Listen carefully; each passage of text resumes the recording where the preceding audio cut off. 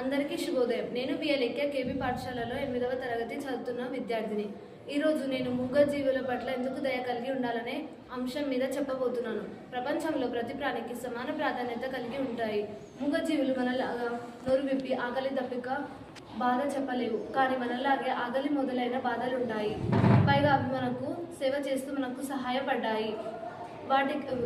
అవి సొంతంగా సంపాదన స్వార్థం ఉండదు, మన మీద ఆధారపడి ఉంటాయి, అభిమానాన్ని పెంచుకుంటాయి. అందుకే మూగజీవుల పట్ల దయ కలిగి ఉండాలి.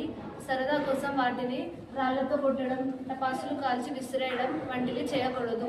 ఏ జంతువు మనకు హాని చేయదు, మనమే వాటి ప్రాణాలతో ఆడుకుంటాము. మూగజీవులు అంతరించిపోతే జీవ వైవిధ్యం దెబ్బతిని మానవ మనుగడ భయంకరంగా మారుతుంది. అందుకే మూగజీవుల పట్ల ప్రేమగా ఉండాలి. మూగజీవులను రక్షిద్దాం. మూగజీవుల పట్ల దయ కలిగి ఉండండి. మూగజీవుల పట్ల ప్రేమగా చూడండి. మూగజీవులను రక్షించండి. భూత దయ కలిగి ఉండండి. ధన్యవాదాలు.